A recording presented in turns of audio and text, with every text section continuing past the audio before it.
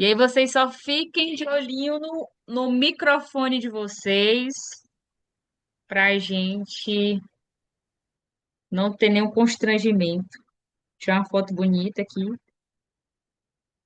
Pessoal, sejam bem-vindos essa semana não, a esse mês inteiro de produção de conteúdo focado para aulas relacionados a temas da estética, a temas de vendas, a temas também relacionados a injetáveis. Vai ser um mês que vai ter muito conteúdo voltado para esse direcionamento, né, que é uma coisa que eu sempre faço através das minhas aulas em sala de aula, mas a minha intenção aqui também é fortalecer essa comunidade, né? Unir. Eu tenho alunas aqui de São Luís, tenho alunas de Imperatriz Maranhão, tenho alunas aqui de Palmas, e a intenção é a gente fortalecer essa comunidade compartilhando conhecimento. Então, por que que eu escolhi falar sobre temas relacionados à estética facial? Primeiro, porque já é um conteúdo que eu estou trabalhando em sala de aula esse semestre, estou ministrando essa disciplina, e também por conta das demandas estéticas, né? A estética facial, ela é uma área que tem dominado muito esse sentido de busca por profissionais que querem ali se capacitar, que querem atender com a estética facial. Mas, por outro lado, nós também temos um ponto interessante para comentar, que são o ponto relacionado à perspectiva do profissional que trabalha com a estética facial. Normalmente, quem se dispõe a trabalhar na estética facial, ele vai buscar qual finalidade? Ele vai buscar a finalidade da harmonização estética facial, dos rejuvenescimento, dos preenchedores. E eu sempre falo em sala de aula, você como profissional, você vai ter alguns pontos ali que vão ressaltar a sua estética de trabalho e também são elementos que você precisa ali disponibilizar dentro do seu atendimento com o seu paciente. Então, o paciente busca fazer uma harmonização, mas ele tem acne grau 2, grau 3, grau 4, e ainda tem algumas complicações ali da acne. Ô, professora, não quero trabalhar com harmonização facial, quero trabalhar mesmo com esse lado da estética e saúde com a estética facial. É, e aí eu tenho me deparado com vários pacientes que apresentam essas características. Então, nessa perspectiva, a gente consegue entender que o mercado da área da estética facial, ele é um mercado muito amplo, muito grande. Porém, poucos profissionais se atentam em se capacitar, para estar preparado para atender vários perfis de pacientes. E hoje em dia, em âmbito clínico, a maioria dos pacientes apresentam características que são das disfunções pigmentares após a inflamação, processos inflamatórios. E muitos profissionais possuem dificuldade em identificar os perfis clínicos, identificar as características pigmentares, entender as origens ali dos processos que foram ali influenciados para sua formação, e com base nisso, eles trabalham estratégias que não vão ser coerentes para o tratamento da disfunção, tá bom? E aí, para a gente poder entrar, só quero saber se vocês estão aqui comigo. Estão aqui comigo? Tá todo mundo aqui comigo? Deixa eu visualizar aqui. Temos Sim, senhora, sim, bora. estão me ouvindo? Bora com tudo? Então vamos falar um pouquinho sobre a ciência da pigmentação. Primeira coisa que nós temos que pensar, a gente precisa superar os limites do tratamento convencional e evitar o efeito rebote. Eu sempre falo isso em sala de aula. O que que nós temos hoje em dia? Hoje em dia nós temos uma estética um pouco mais ultrapassada, arcaica, que é aquela estética antigamente que a gente trabalhava, que era a estética ensinada assim, faz peeling, faz isso, faz aquilo, faz aquilo. E por muito tempo, o profissional que trabalhava com estética, o esteticista e cosmetólogo, ele foi refém por muitos períodos de tempo de protocolos. Então, na nossa formação acadêmica, a gente sempre trabalhava protocolos, protocolos, protocolos, protocolos. E nunca se era falado sobre a ciência dos protocolos, a análise minuciosa de cada um deles. Era muito falado sobre técnicas. Se vocês forem analisar no perfil profissional, a maioria dos profissionais eles buscam ali ter um arsenal de técnicas, mas poucos profissionais eles buscam se qualificar nas condutas técnicas de atendimento. Então, com base nisso, a ciência e a estética se evoluiu. Hoje nós temos tratamentos estéticos que não são mais convencionais, eles fogem do convencional. E aqui entra num ponto-chave super interessante para nós falarmos também sobre o perfil do público estético, que muito tempo foi ensinado a consumir os protocolos avulsos. E por isso que alguns pacientes apresentam um pouco de resistência quando o profissional que vai atender com o procedimento estético oferta para ele, ao invés de protocolos, a ciência, a explicação, a clareza das ideias, a personalização do atendimento. Então, por conta dos atendimentos que nós tínhamos anteriormente, esse perfil de público acabou um pouco se familiarizando mais com esse perfil de atendimento do que com esse perfil de atendimento. E aí é um perfil de cultura de atendimento que a estética baseada em saúde está construindo atualmente. Então, a primeira coisa que nós precisamos trazer como percepção para quem quer trabalhar com esse perfil de atendimento é que existe uma ciência que trabalha dentro do processo de pigmentação.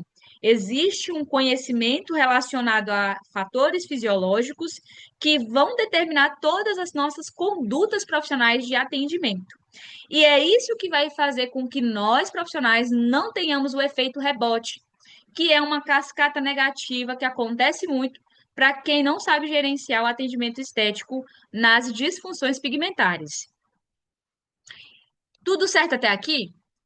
Aí nós vamos entender um pouquinho sobre essa prevalência e impacto. Então, falando no cenário de Brasil, que nós temos uma miscigenação mais aumentada, nós temos variações de fototipos de pele, mas predominantemente pacientes de fototipo de pele alta. Isso é um dos fatores principais dentro de uma consulta estética de atendimento que vai ali influenciar após o tratamento de acne na determinação da escolha do procedimento estético.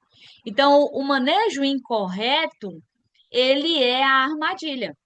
Então, por que que muitos profissionais enfrentam essa armadilha dentro dos seus consultórios estéticos? Primeiro, porque eles não conhecem o principal fator que compromete ali na pigmentação pós-inflamatória. Então, eles acabam tratando a mancha, gerando mais inflamação e perpetuando ali um ciclo de hiperpigmentação. Como assim, professora? Não entendi. Então, nós temos a acne, que é uma disfunção estética inflamatória. Então, ela tem como característica uma inflamação tecidual. Após esse processo de inflamação, ela manifesta inesteticamente sobre o tecido alterações pigmentares, que nós chamamos de disfunção pigmentar, de hiperpigmentação pós-inflamatória. E como que seria o meu manejo dessa patologia? Ativando outro processo inflamatório? Não. Como assim? Como é que eu ativaria esse outro processo inflamatório, professora? Usando recursos que geram mais inflamação. Então, uma das armadilhas está em não conhecer a fisiopatologia do problema e não conhecer a fisiologia do tratamento, do recurso, tá? E aí, nós vamos adentrar um pouquinho na fisiopatologia da disfunção pigmentar do processo pós-inflamatório. Primeiro, nós temos um estímulo agudo. Esse estímulo agudo, ele é gerado pelo rompimento da barreira tecidual. E esse rompimento, ele é causado por quais atividades, professoras? Pelas atividades dos nossos mediadores inflamatórios. Então, as prostaglandinas, eles vão trabalhar ali dentro do processo inflamatório, vão recrutar melanócito, e aí, através disso, nós temos a ativação da via de tirosinase, através desse estresse oxidativo, a migração, a transferência, a aceleração dessa transferência desses melanossomos, E com isso nós temos um depósito de pigmento na área afetada pela inflamação. Quando nós falamos disso, nós temos uma via bem específica, né? A via bioquímica alvo. Então, o foco atual não é a destruição dos melanócitos, mas a modulação da taxa de oxidação. Então, eu estou ali numa taxa elevada de oxidação e nós precisamos modular essa via enzimática. E aí, o foco dentro do tratamento de uma disfunção inflamatória é a segurança. Então, hoje em dia, nós temos ativos que vão ali apresentar eficácia comparada aos nossos antigos padrões, mas com um perfil de menor irritação. E drasticamente vai melhorar aí as condições teciduais. Anteriormente, até as meninas de estética facial, a gente conversa muito sobre isso. Antigamente, era muito ensinado que em casos de acne inflamatória, a gente ia lá e fazia a extração. Mas ao perceber que manusear essa inflamação poderia ali agravar mais ainda o quadro de hipercromia pós-inflamatória, essa modalidade de atendimento ela não é mais feita hoje. Então, hoje em dia, preconiza-se o quê? A modulação enzimática dessa hiperprodução de melanina.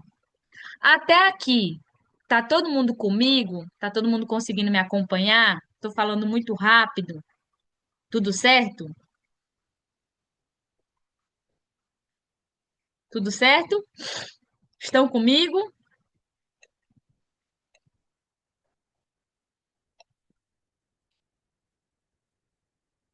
Tá Sim, comigo? professor. Tá, perfeito. Então, hoje nós focamos em modulação enzimática e segurança. E aí, os pilares dos tratamentos modernos. Primeiro, barreira íntegra. Quando nós falamos de barreira íntegra, quer dizer o quê? Quer dizer que nós vamos usar recursos que vão preservar a barreira tecidual. A paciente apresenta ali uma hipercromia pós-inflamatória, vou fazer um microagulhamento? Não. Vou fazer um peeling químico? Não. Vou fazer uma radiofrequência? Não. Vou Vou fazer o que então, professora? Nós vamos primeiro preservar a barreira cutânea. Nós vamos manter essa barreira íntegra. Concorda comigo que a inflamação, ela deixa essa barreira sem integridade, fragilizada. Então, nós temos ali niacinamidas, ceramidas, que elas vão atuar ali dentro desse restabelecimento, dessa integridade de barreira cutânea do tecido. E a inflamação, ela, dependendo dos graus de inflamação, ela pode ser crônica e a mancha pode voltar.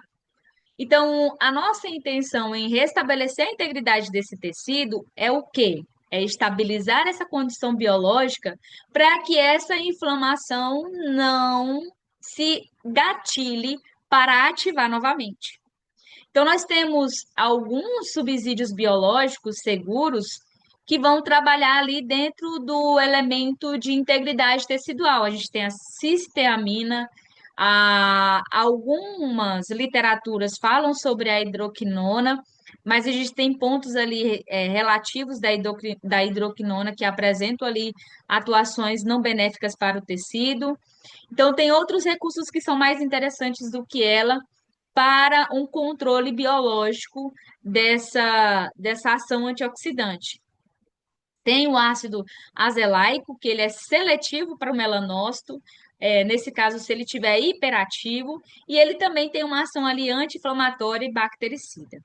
E aí, professora, você falou sobre essas características, mas ainda me foge na cabeça as condições desse tecido. Primeira coisa para a gente poder chegar nesses ativos e falar sobre eles, nós temos um fator muito importante aqui, que são o fototipo de pele. O fototipo de pele, ele nos diz como que essa pele vai responder a determinados estímulos.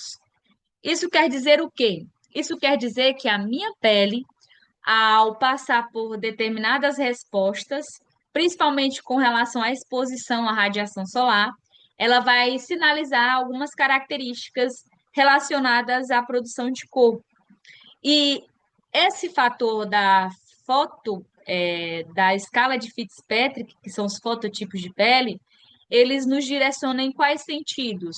Ele nos direciona no sentido de que eu vou entender como o perfil de pele do meu paciente responde a determinados tipos de estímulos.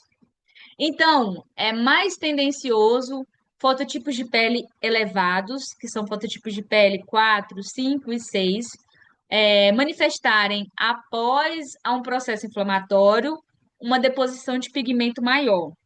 Diferente dos fototipos de pele 1, 2 e 3, que eles vão ter ali uma alteração pigmentar, levada ali para o pigmento do sangue, mas eles não vão ter ali uma oxidação mais tendenciosa para o melanócito, para a produção de melanina, no caso. Então, é muito interessante nós analisarmos também esse perfil de paciente, porque em pacientes de fototipo de pele mais elevado, esses pacientes eles vão ter tendência maior a não só pigmentar por questões do depósito de sangue, dos depósitos dos nossos mediadores, mas também pela concentração de pigmento que vai ser produzida pelas condições biológicas que esse indivíduo tem. Então, nós devemos também analisar essas características, tá? Então, eu trouxe alguns ativos, e os mecanismos de ação, vantagens clínicas e as suas aplicações. Nós temos ali a cisteamina, que ela é um inibidor, ela também tem a ação antioxidante, ele não é citotóxico e ele pode ser utilizado ali por um período de tempo seguro. Tem o quase que não sai esse nome dele, ressocinol, que ele é um inibidor da tirosinase, ele é muito mais potente do que a hidroquinona e a gente tem que ter um pouquinho de cuidado. Normalmente ele é indicado para manchas solares, que são as melanoses solares. Tem o ácido tranexâmico, que ele faz o bloqueio da cascata de plasmina. Então, ele vai reduzir ali os componentes vasculares inflamatórios e ele pode ser utilizado tanto em pele mista e pele que tem melasma. Isso quer dizer o quê? Peles que têm a pigmentação pós-inflamatória, como também pele que tem melasma. O tranexâmico ele é interessante porque nós conseguimos usar ele em fototipos de pele mais do 1 ao 6. Acabou que não colocou aqui, mas tem dois ativos que eu falo muito em sala de aula com as meninas, que são o ácido mandélico e o cógico, que ele possui ação similares com no sentido da hidroquinona, de inibir a tirosinase, mas eles não apresentam tanta complicação para o nível celular. Quando a gente fala dessas características inibidores, o malefício da hidroquinona é que a longo prazo ela pode levar à morte celular. E aí ela pode causar ali um clareamento do tecido, da área onde foi aplicada, e também a sensibilização que ela acaba gerando no tecido. Então, o ácido tranexâmico, ele tem esse efeito de regular essa cascata. Outro fator interessante é que quando nós falamos de depósito de pigmento, em alguns casos nós vamos ter cuidado com o tipo de ativo, e em outros casos a gente vai ter mais possibilidade de atender de forma livre. No caso de pacientes com fototipo de pele 1 ao 3, nós conseguimos trabalhar ativos que têm ali uma renovação celular, né? Que é o turnover celular. Nesses casos, nós vamos ter uma descamação, porque vai tirar o depósito de pigmento das camadas acima, que foi depositado esse pigmento, e a gente pode fazer uma junção do ativo que gera a despigmentação, que no caso regula a tirosinase em produzir o seu excesso. Então, nós temos o ácido glicólico, que também tem essa ação turnover celular, tem o ácido bastiol, que também faz esse efeito, que é nem ácido, ele é um retinol, ele acaba ali trabalhando também na renovação celular, e ele é mais seguro para peles sensíveis em pacientes também que estão ali no processo de gestação. Esse turnover celular dele é bem sutil comparado ao ácido glicólico na concentração mais ácida dele. E com relação a isso, a gente consegue tirar esse depósito de pigmento que acontece ali sobre o tecido. Devemos ter cuidado, em ácidos que têm ação queratolítica em pacientes de fototipo de peles elevadas. Por quê? Porque esses perfis de pacientes, eles vão ter maior predominância de acontecer o que eu sempre brinco em sala de aula, que é chover no, que é tentar tapar a goteira colocando só um pano, em vez de consertar o problema da goteira. Então, nesse caso, vai estar inflamado, vai estar pigmentando, e aí você vem com o ácido, que vai gerar ali uma necrose tecidual. Mesmo que superficial, a gente tem risco de piorar mais ainda a pigmentação da mancha. Lembrando que isso vale também para outras regiões do corpo, como, por exemplo, pacientes que sofrem de foliculite, tá? Então, a gente tem que analisar também esse perfil ali dos mecanismos de ação dos princípios ativos. Até aqui, vocês estão comigo? Tudo certo? Alguma dúvida? Estão comigo? Sim, Perfeito. E aqui a gente vai falar um pouquinho do papel do ácido transnexâmico. Deixa eu ver, deixa eu voltar para cá. Então, ele vai atuar ali na interface entre os queratinócitos e melanócitos, lembrando que nossos melanócitos ficam na camada basal. E aí, esses queratinócitos, dendritos dos queratinócitos, eles vão ali compartilhar o pigmento da melanina. Então, ele vai atuar ali dentro desse processo, impedindo que o estímulo da radiação ultravioleta ou o estímulo inflamatório se traduzam em síntese de pigmento. Então, ele vai reduzir ali a vascularização, ele vai ajudar a conseguir modular esse processo de entrega de pigmento. E o ideal e o interessante dele é porque a gente consegue trabalhar fototipos de pele mais altas. E aí você também pode fazer a associação do uso dele em pacientes que apresentaram ali uma lesão pós inflamatória de uma aplicação de um recurso, como por exemplo a aplicação do laser, a aplicação do microagulhamento. Professora, eu não consegui gerenciar a minha inflamação e depois dessa inflamação eu percebi que minha paciente apresentou ali uma mancha na região que foi trabalhada. O que que eu posso fazer?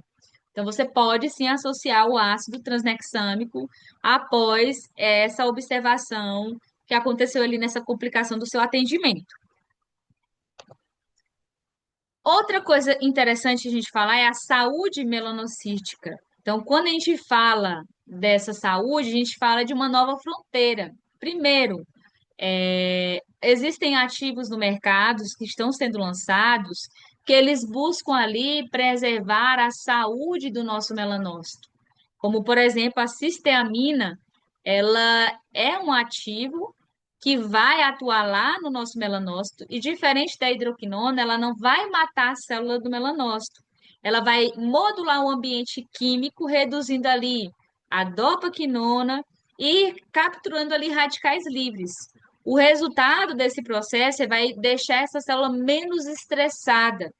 Então, com esse processo de redução desse estresse, nós vamos ali ter um clareamento, uma redução dessa atividade de produção de pigmento e vai ter, ao mesmo tempo, menos riscos de manifestar ali aquelas alterações que eu falei para vocês anteriormente, que são manchas brancas definitivas. Então, com isso, a gente tem menos risco desse efeito rebote muito temido. Outro ativo que também é excelente, possui essas propriedades, e ele não tem tanto uma ação nociva para o nosso melanócito, é o alfa-arbutin. Ele é um clareador maravilhoso que também é muito utilizado nesses perfis de características clínicas, né? De pigmentação pós-processo inflamatório, de algum procedimento, ou até mesmo da acne inflamatória. Então, a gente tem uma eficácia dos produtos tópicos e dos dry deliveries, que é uma entrega mais efetiva. Lembrando que procedimentos estéticos, todos os procedimentos estéticos que vocês forem fazer de atendimento de pacientes, eles envolvem a técnica que vocês vão fazer, mais o uso de skincare que seu paciente vai usar em casa, e tudo isso vai beneficiar mais ainda o resultado do teu atendimento. Então, na utilização de cremes ali, em até 3 meses, alguns estudos apresentaram ali uma redução da, da disfunção pigmentar inflamatória em até 45% de melhora. O microagulhamento em si, isolado, até 60% de melhora. E os dry deliveries de entregas, que são os ativos modernos que vão favorecer esse processo de permeação, observou-se ali um 88% de melhora. Então, a infusão da cisteamina, do ácido tranexâmico na via de microagulhamento, ela mostrou um resultado bem interessante comparado aos outros e reduziu ali o tempo de tratamento pela metade. Ou seja, ao invés de trabalhar ali 3 meses, em poucos períodos de atendimento foi observada ali uma redução significativa desses aspectos pigmentados. E aí nós podemos fazer o uso desses ativos tanto de forma de entrega pelo microagulhamento, como também com as outras terapias, que são as terapias intradérmicas que a gente faz na parte dos injetáveis. E as estratégias por fototipo. Então, do fototipo de pele 1 ao 2, nós temos a junção aí de peelings químicos que vocês podem utilizar, que aí pode utilizar o ácido glicólico, vitamina C, mas falando de fototipo de pele 1 ao 3, onde o objetivo é clarear as manchas.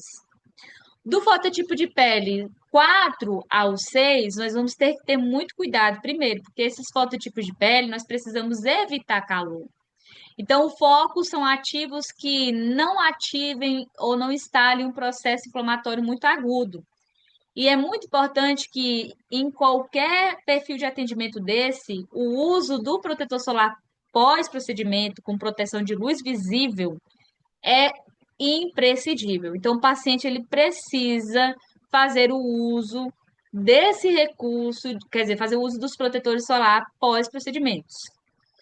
E uma dica que eu sempre falo em sala de aula, primeiro, antes de fazer a aplicação de qualquer procedimento de peelings químicos, de ativos que vão ter ação de peeling, você vai preparar a pele do seu paciente.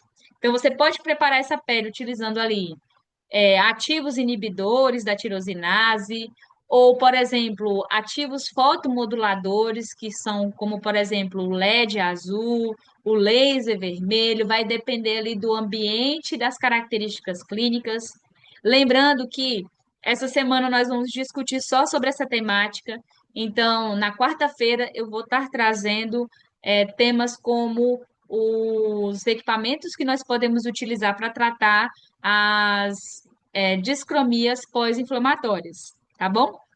Mas o importante é preparar essa pele antes da aplicação dos peelings.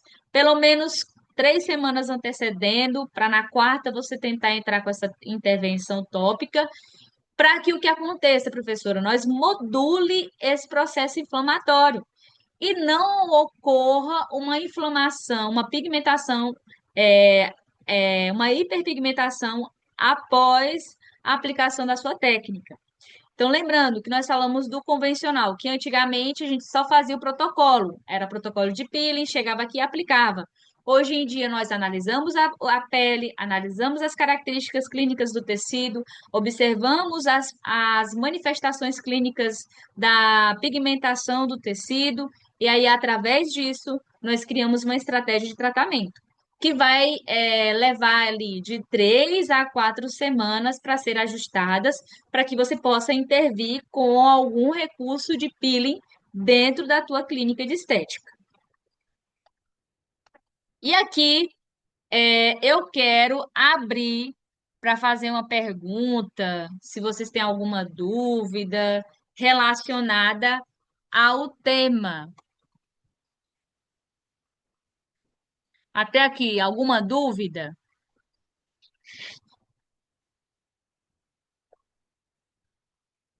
Professor, no meu caso, algumas palavras acabaram travando, mas aí depois eu assisto novamente, que agora que eu cheguei em casa.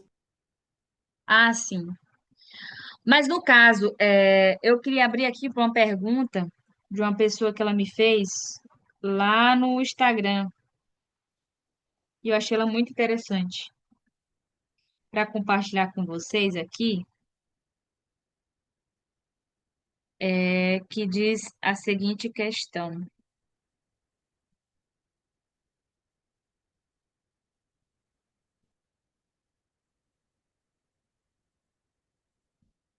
Vou só procurar aqui. Tem tanta coisa. Hiperpigmentação pós-peeling. Quando devo reparar? Quando clarear? E a melhor estratégia? O que que acontece muito? A pessoa aplica o peeling, e aí ela não observou o tipo de pele, ela não observou as características do tecido, ela só foi lá e aplicou o peeling. Para as minhas meninas de estética facial, a gente já gerencia automaticamente dentro da clínica.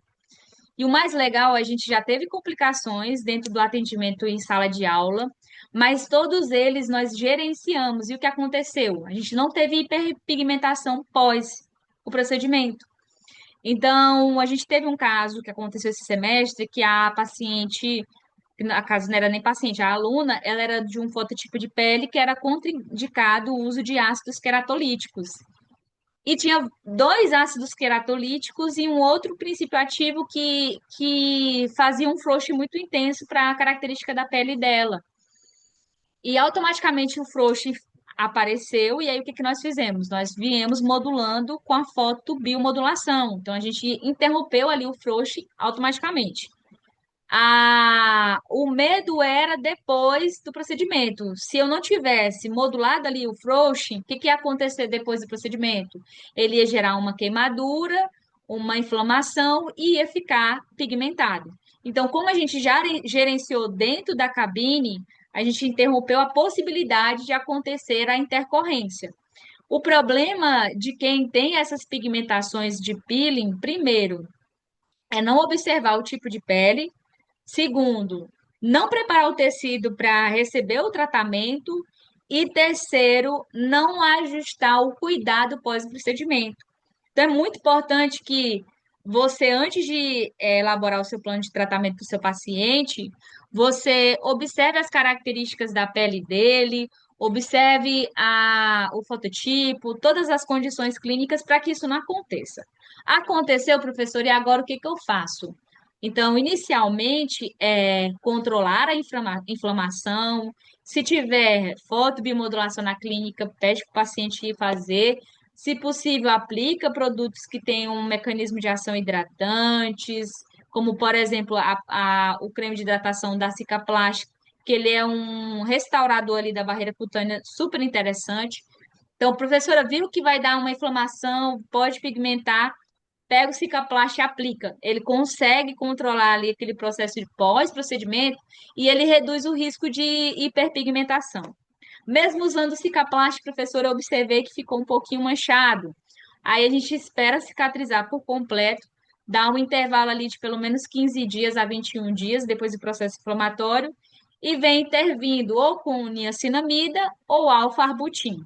São ativos ali que não vão responder de forma tão agressiva para a pele, vão controlar a inflamação e, ao mesmo tempo, clarear a mancha.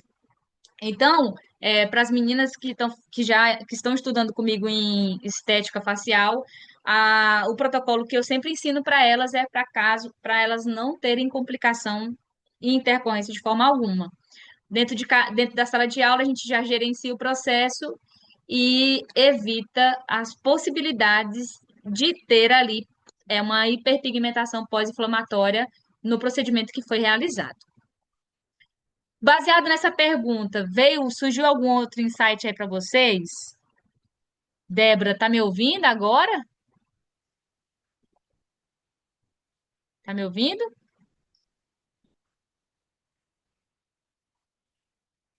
Deu para me ouvir, vocês?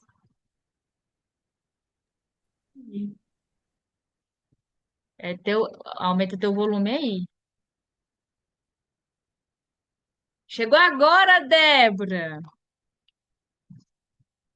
Qual parte que ficou ruim? Ó, a Jazelane disse que ouviu normal.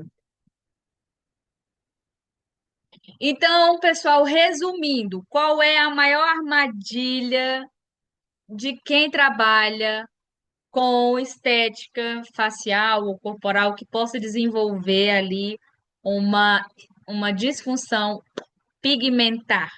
Primeiro, não conhecer o fototipo de pele, não conhecer os fatores que fazem ali a formação da melanina, utilizar ativos que não são compatíveis para o fototipo e não gerenciar dentro de clínica o tecido do paciente para que ele não possa ali evoluir para possíveis complicações pigmentares, tá?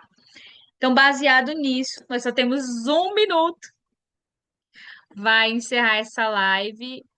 E aí eu vou abrir novamente para caso vocês tenham alguma dúvida. Tem alguma dúvida relacionada ao nosso tema? Deu para vocês entenderem mais ou menos?